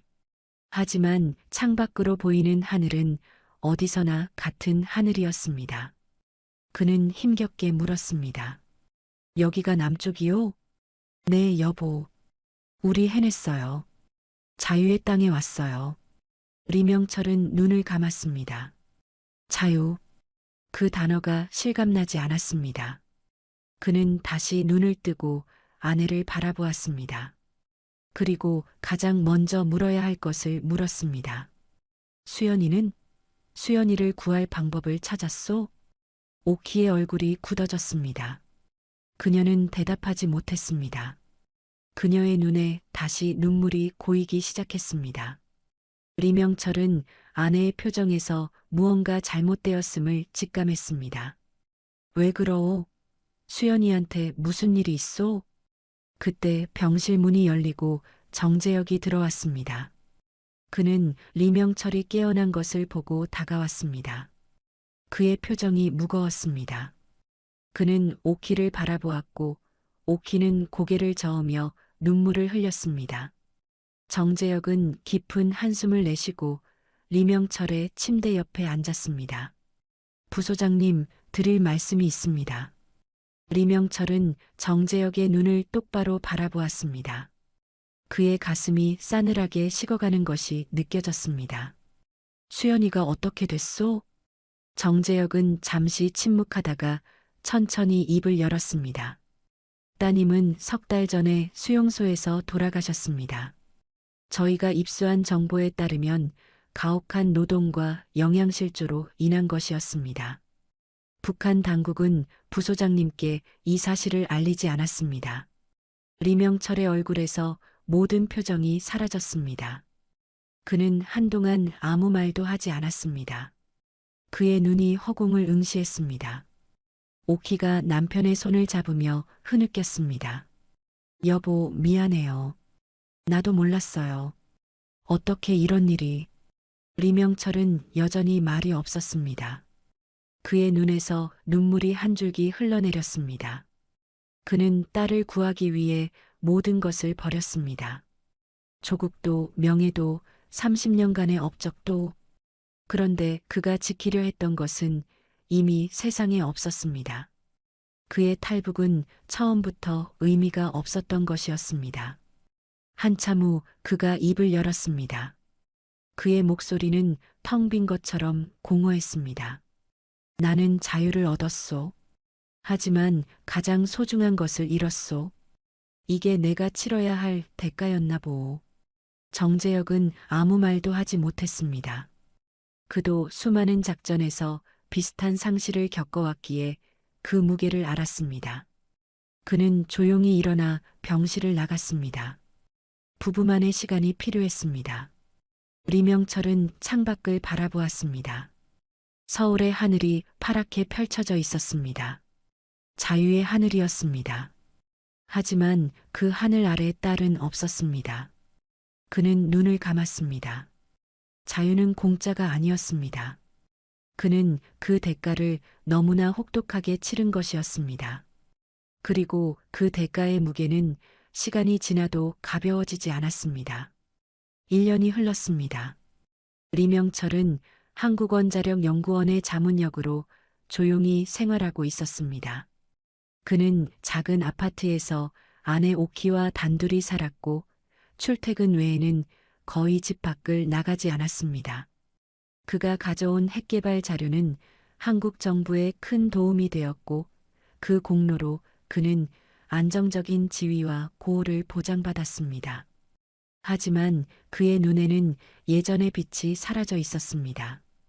딸을 잃은 슬픔은 어떤 자유로도 채울 수 없는 구멍을 그의 가슴에 남겼습니다. 그의 겨울, 수연의 기일이 다가왔습니다. 리명철은 아내와 함께 파주에 있는 통일전망대를 찾았습니다. 그곳은 북녘 땅이 가장 가까이 보이는 곳이었습니다. 두 사람은 전망대에 서서 철책 너머 북쪽 하늘을 바라보았습니다. 겨울바람이 매섭게 불어왔지만 그들은 움직이지 않았습니다. 오키가 남편의 팔을 잡으며 말했습니다. 수연이가 저 하늘 어딘가에서 우리를 보고 있을까요? 리명철은 북녘 하늘을 바라보며 천천히 대답했습니다. 보고 있을 거요. 그리고 우리가 자유의 땅에서 살고 있다는 것을 알고 있을 거요. 그는 주머니에서 작은 사진 한 장을 꺼냈습니다. 수연이 평양의대를 졸업하던 날 찍은 사진이었습니다. 그는 사진을 가슴에 대고 북쪽을 향해 낮게 말했습니다. 수연아, 아빠가 늦어서 미안하다. 널 구하러 가는 길이었는데 아빠가 너무 늦었구나. 하지만 내가 원했던 자유를 아빠는 살아서 보고 있다. 언젠가 이 땅이 하나가 되면 그때 아빠가 너를 데리러 갈게. 그때까지 기다려라.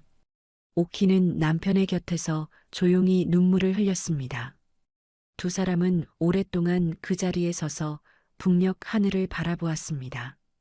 그들의 뒤로 겨울 해가 천천히 기울고 있었습니다. 한편 서울 국정원에서는 정재혁이 여전히 대북 공작팀을 이끌고 있었습니다. 리명철 탈북 작전은 그의 경력에서 가장 성공적인 작전으로 기록되었지만 그는 그것을 자랑스럽게 여기지 않았습니다. 성공한 작전보다 그 과정에서 희생된 사람들이 더 자주 그의 머릿속을 맴돌았습니다. 리명철의 딸 수연, 그리고 해안에서 방아쇠를 당기지 못한 강철호. 적과 아군의 경계에서 결국 모두가 같은 무게의 슬픔을 짊어지고 있었습니다. 그날 밤 정재혁은 사무실에서 홀로 창밖을 바라보았습니다. 서울의 야경이 반짝이고 있었습니다.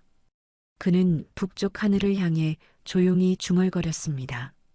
다음에는 더 빨리 가겠습니다. 더 많이 데려오겠습니다. 그것은 다짐이자 기도였습니다. 평양에서는 강철호가 지방의 작은 도시로 좌천되어 있었습니다.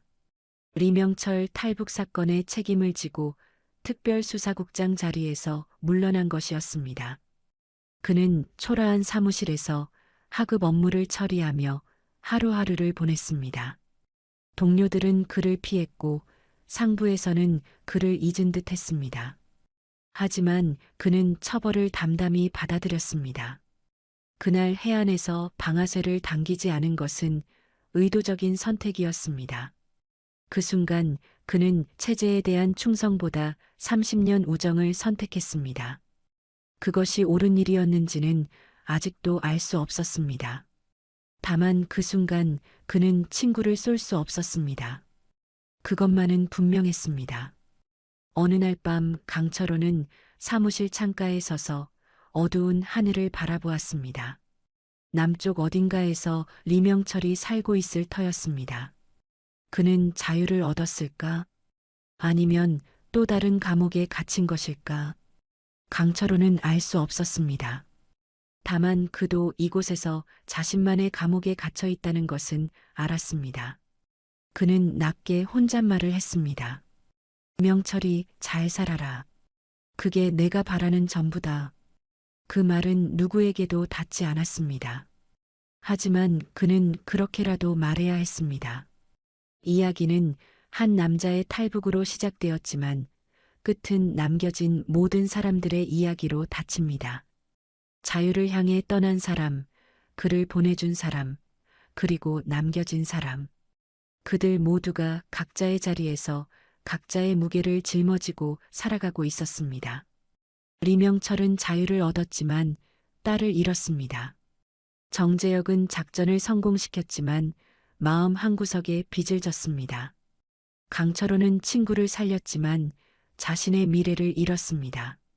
자유는 공짜가 아니었습니다. 선택에는 반드시 대가가 따랐습니다. 그리고 그 대가의 무게는 평생 그들의 어깨 위에 남을 것이었습니다. 통일전망대에서 리명철은 마지막으로 북녘 하늘을 바라보았습니다. 그리고 아내의 손을 잡고 돌아섰습니다. 그의 뒤로 겨울 해가 완전히 저물었습니다. 어둠이 내렸지만 그의 발걸음은 멈추지 않았습니다. 살아있는 한 걸어야 했습니다.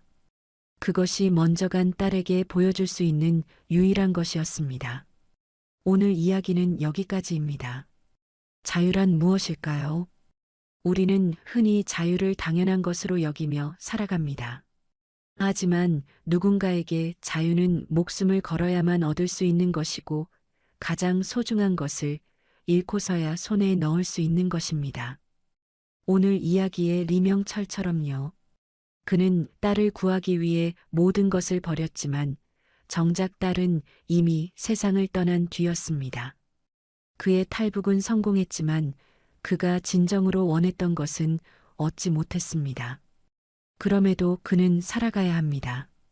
자유의 땅에서 딸이 원했던 그 자유를 대신 누리며 우리가 누리는 이 자유는 누군가의 희생 위에 세워진 것입니다. 그것을 잊지 말아야 합니다. 그리고 그 자유의 무게를 느끼며 하루하루를 소중히 살아가야 합니다. 오늘 이야기가 여러분의 마음에 작은 울림이 되었기를 바랍니다. 이 이야기가 좋으셨다면 구독과 좋아요, 그리고 알림 설정까지 부탁드립니다. 여러분의 응원이 더 좋은 이야기를 만드는 힘이 됩니다. 다음 이야기에서 또 뵙겠습니다. 감사합니다.